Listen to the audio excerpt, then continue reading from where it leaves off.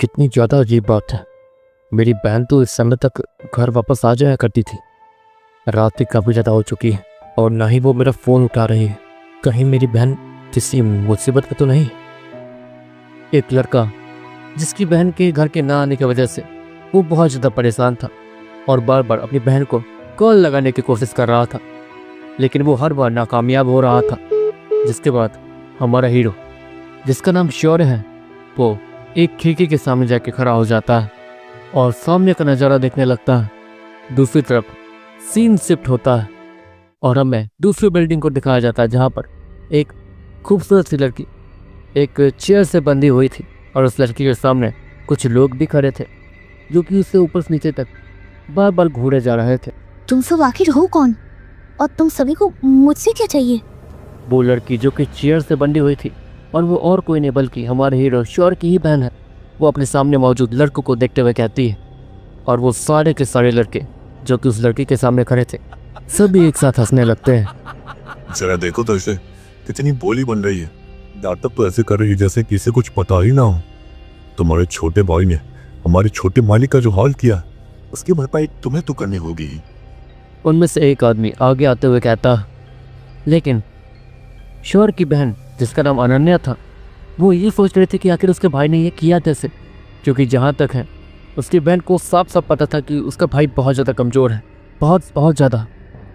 अजीब बात है, मेरा भाई तो हर चीज़ में बहुत ज़्यादा पीछे है और बहुत ज़्यादा कमज़ोर और बहुत ज़्यादा डरपोक भी, तो फिर ये सब कैसे? अनन्या अपने मन ही मन सोचती है और सामने उन सभी को देखने लगती है। एक मिनट, कहीं तुम्हें ये तो नहीं लग रहा कि तुम्हारा भाई आकर तुम्हें बचा लेगा? अगर तुम ऐसा सोच रही हो तब तो तुमसे बड़ा बेवकूफ और कोई है ही नहीं, क्योंकि तुम्हारे भाई से ज्यादा कमजोर लड़का इस दुनिया में नहीं कभी पैदा हुआ है और ना ही कभी। वो आदमी इससे पहले कि और वो कुछ कहता, उसके शब्द उसके गले में ही अटक जाते हैं, क्योंकि वो सामने कुछ ऐसा देख रहा था जिसे देखकर वो हैरानी से अपने कदम धीरे धीरे पीछे ले रहा था। अनन्या भी कुछ समझ नहीं पा रही थी कि आखिर ये सब हो क्या रहा है और ये सब इतना किससे डर रहे हैं। कितनी अजीब बात है, अभी तो मुझे धमकी दे रहे थे और अब खुद ही डर रहे हैं, लेकिन किससे? अनन्या मन ही मन सोचती है और वो जैसे तैसे पीछे देखने की कोशिश करती है, पर वो जैसे ही अपने पीछे देखने में कामयाब होती है वैसे ही वो हैरानी से, ये तो नामुमकिन है। अनन्या हैरानी से चिल्लाते हुए कहती है, देवी, कमजोर जब तक अपनी कमजोरी से ना लड़े तब तक वो ताकतवर नहीं हो सकता है। ये आपने ही मुझे सिखाया है। शौर्य अपनी बहन से कहता है, जिसके बाद वो गुस्से से उन लोगों को देखने लगता है जिन लोगों ने उससे बहन पे हाथ डालने की कोशिश की थी। दूसरी तरफ उसकी बहन अपने भाई को इतना बेरहम होते हुए पहली बार देख रही थी। ये सब कुछ सपने जैसा लग रहा है। मेरा भाई इतना ताकतवर कैसे? इस दुनिया में ताकतवर होने के लिए तो हमें। अनन्या अपने भाई को देखकर मन ही मन सोचती है। ऑफ कोर्स वो बहुत ज़्यादा हैरान थी, क्योंकि ये एक ऐसी दुनिया है जहाँ पर लाखों साल बीतने के बाद जहाँ पर ह्यूमन इवॉल्व होकर बंदर से आज इंसान बन पाए, वैसे ही इस कुदरत ने दुनिया में सारे जीव जंतु और छोटे मोटे जानवर और बड़े बड़े जानवर उन सभी को भी इवॉल्व होने की ताकत देती। जैसे कि ह्यूमन बंदर से इवॉल्व होकर इंसान बने, वैसे ही आके छोटे मोटे जानवर इवॉल्व होकर बड़े बड़े मॉन्स्टर्स में बदल गए और इसी के साथ पूरी धरती पे मॉन्स्टर्स का राज हो गया और इसी के साथ ह्यूमंस हमेशा डर कर घर में छिपकर रहने लगे।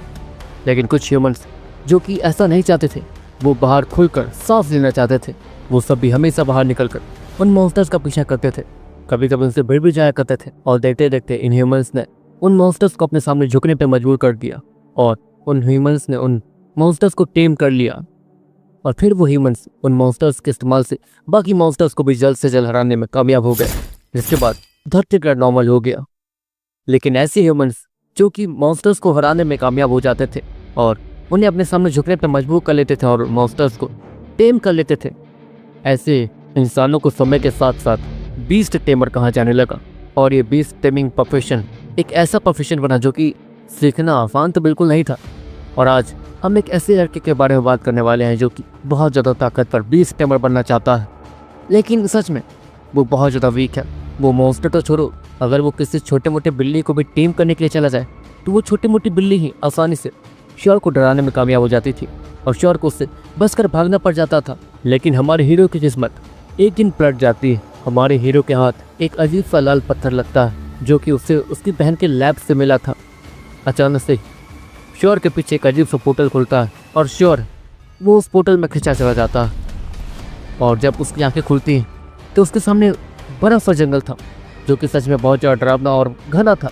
अब ये सब क्या है और वह यहाँ कैसे आ गया? मैं घर वापस कैसे?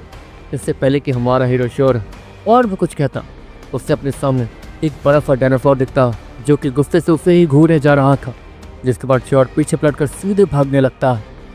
अब ये क्या नाटक है? मैं समय में पीछे कैसे आ गया और ये डायनासोर्स इनसे कैसे पूछूं? हमारा हीरो श्योर ये सब सोचते हुए वहाँ से भागते रहता है।